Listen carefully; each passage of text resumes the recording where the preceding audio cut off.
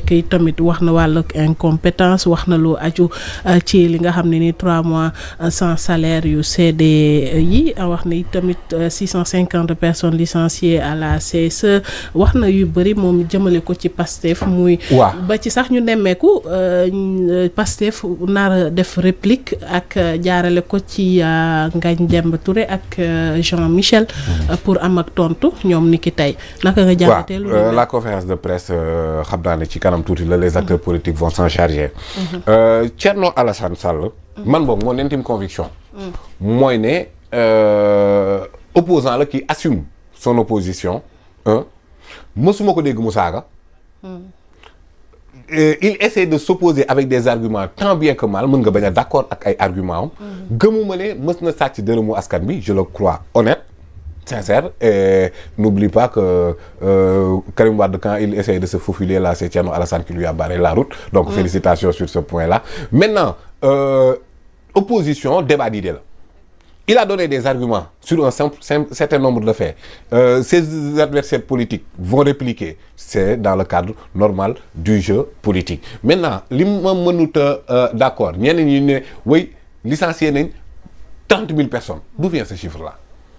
C'est-à-dire chiffre boobu noonu fan la jógee chiffre bu rond quoi ñu ñëw rek nañu woy 30 000 mais licenciement yooyu noonu ñuy wax comment se fait-il que par exemple au niveau du port de Ndayane un port qui ne boo xamante ne commencé gul fonctionner ce n'est pas fonctionnel ñu recruter fa autant de personnes presque dëkkub lëmb waaw mam xam ni nos pauvres francs là qu'on a eu tant de mal à réunir ñu koy fay ñu liggéeyu loolu moom bërëb bu am ñetti oto am ay 50aine de chauffeurs ñun suñu ay contribuables loolu ce n'est pas l'argent de Ousmane Sonko ni l'argent du président Diomaye sunu xaalis la naka lañ koy joxee ñoo xamante ne liggéeyuñ donc licenciement yooyu noonu yooyu may wax nii yooyu c'est largement justifié parce que ñun amuñu xaalis bu ñuy fay ku liggéeyul loolu benn la. ñaareel ba mooy bu d'autres types de licenciement boo xamante ne c'était politique Mame Khady est journaliste ñu nommé la foo xamante ne ingénieur géologue moo fa war a toog. Pourquoi? Parce que tu es ami du président de la République.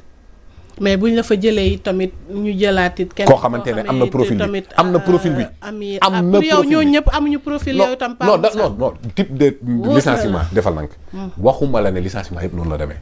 dama ne am na ay licenciement yoo xamante ne kii li ko fa teg c'est politique. parce que boo fa teggee nit moom ne parce que politique a fa tegoon rek boo fa tegee yow sa nit it. day mel ni ça defal nag attention. À la direction de Walfadjri nga andi un ingénieur géologue.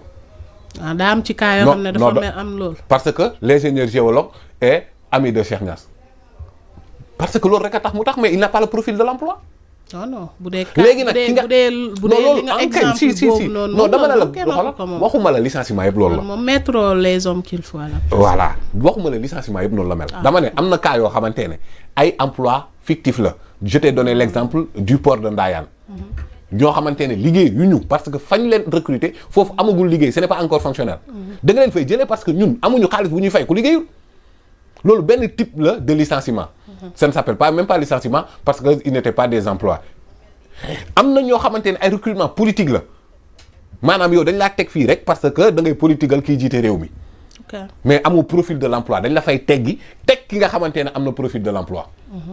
donc teggi boobu ak teg boobu ce n'est pas politique mais bu proportionnel ak liggéey bañ la jox la. léegi nag yi nga xamante ne demeewul noonu. koo xamante ne il a le profil de l'emploi emploi bi ñu ko jox am na c'est un emploi réel ñu licencier la da ngay dem tribunal topp employeur bi wala DG bi wala ku nga xamante ne moom moo la fa jëlee ci ñu jalgati yoon day jox sa dëgg. te du gis nga ko yoon bi moom la justice actuellement n'a aucune coloration politique. bépp employé bu jàpp ne le licenciement dont tu fais objet est abusif demal saisir justice. tu auras gain de cause. ñu bañ a nag di politiser l'affaire. foofu laay waxee que ni dañuy jékki-jékki rek ne 30 000 xaw ma lan loolu c'est une politisation de l'affaire parce que chiffre boobu jógewul fenn. ki nga xamante ne moom mu ngi woon ci emploi bu réel.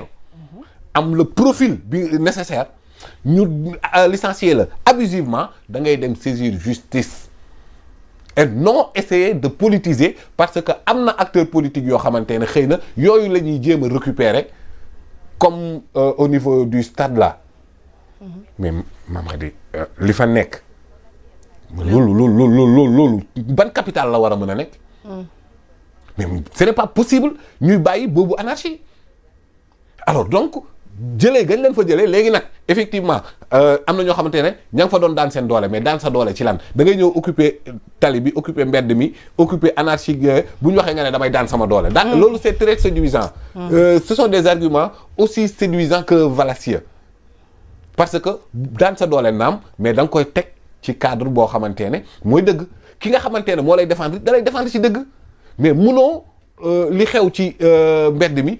tali bi stade ba ak feneen mais ñu war a mën a bàyyi loolu muy pérenniser wu mais lan la ñu ko yóbbee tu as vu l'exemple du camionneur là. foofu laa naroon ñëw mais foofu laa naroon ñëw Mame Khady développement. d'ailleurs def naa ci benn texte sax sur Facebook sama page Facebook. mais di ci wax. développement dafa am yoo xamante ne àndul ak moom indiscipline bii nii kii def. mais loolu lan la nit loolu daal doole la.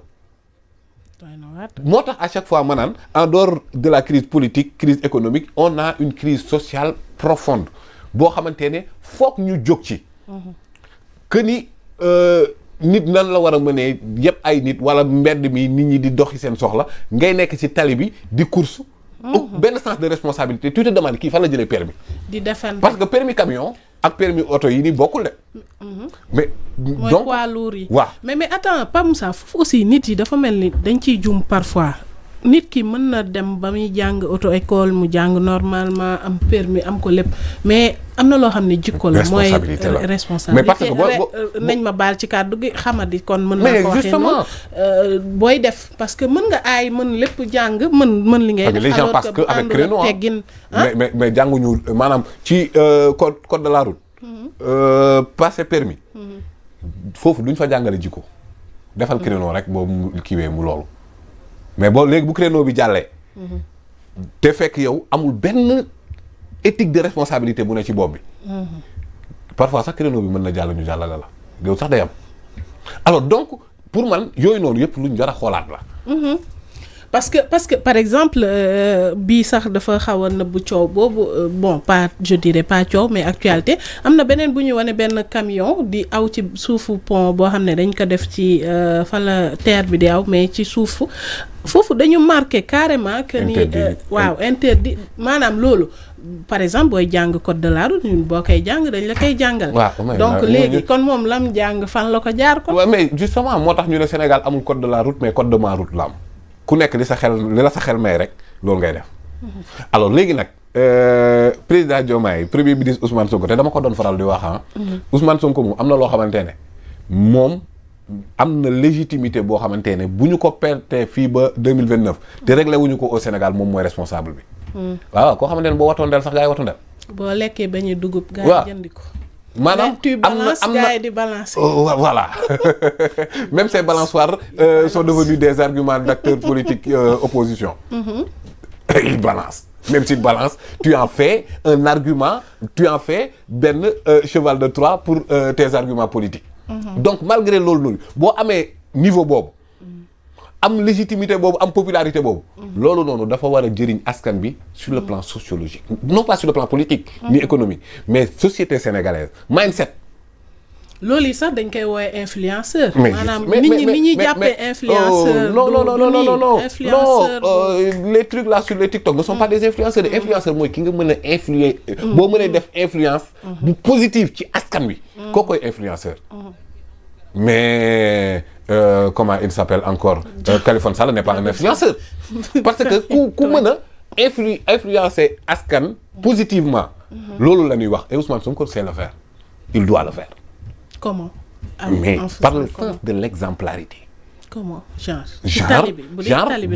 oui maanaam Ousmane Sonko ni mu mënee toog ci chaise am di balancer wu ñëpp di balancer wu bu jëlee otoom taxaw code de la route nii lañ koy dawalee gars yi respecté leen nangam gars maanaam mel ni guide bi ne woon dem leen watu ji gars yëpp di hésiter moom mu dem toog ñu njëkk koo wat ñëpp ay dem watu ji donc Ousmane Sonko loolu moom jàpp naa ne parallèlement à l'aspect politique et économique dafa war a di doxalee noonu comme que moom royukaay la ci jeunesse beeg ñeneen muy joxe de son temps pour li nga xamante ne moom mooy citoyenneté ak civisme.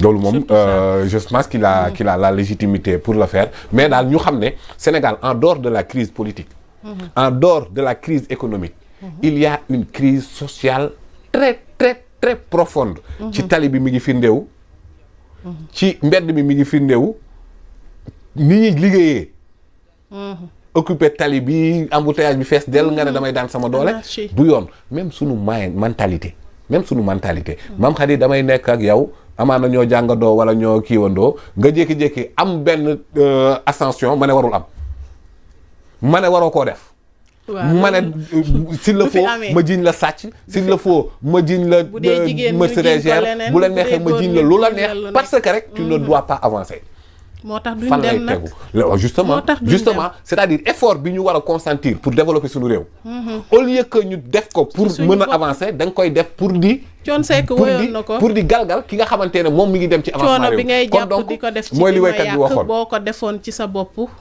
weesu fil day mel ni réew mi woy na ko waali woyaat fukki nit di suul pënd bay bëri waaye payoor mënul am man defuma effort pour sama réew mais kii def effort sama réew sax moom ñu yàggay jéem a galgal parce que warul am. est-ce que du loolu moo yàgg doon problème. mais bien sûr bien sûr boo remonté depuis temps wu roi bi da ngay gis benn roi bu nekk ci yoon bi war a mën a kii keneen moo ko fay fekk ne tapis boobu bi avancé ñu nekk ci éternel recommencement. moo tax woykat bi ne woon l'ennemi de l'Afrique.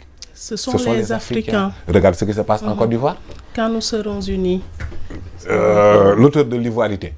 Côte d'Ivoire devient un exécutant de l'ivoirité. da nga xam sax fi may ñëw yow est-ce que looy lire sama pensée parce que dama ne woon ne ci fin bi moom faa ñu ñëw Côte d'Ivoire ak Thiam fi ne nii écarté nañ ko ci Tidiane Thiam xam nga ivoirité Alassane Dramane Ouattara bi moom moo ci njëkk a victime waaw moment bi Alassane Ouattara di nekk victime de l'ivoirité kenn mënu koon comprendre ci àdduna mais il pouvait même y avoir d'explication parce que conférence de Berlin ni mu partagé Afrique baaxul dafay gis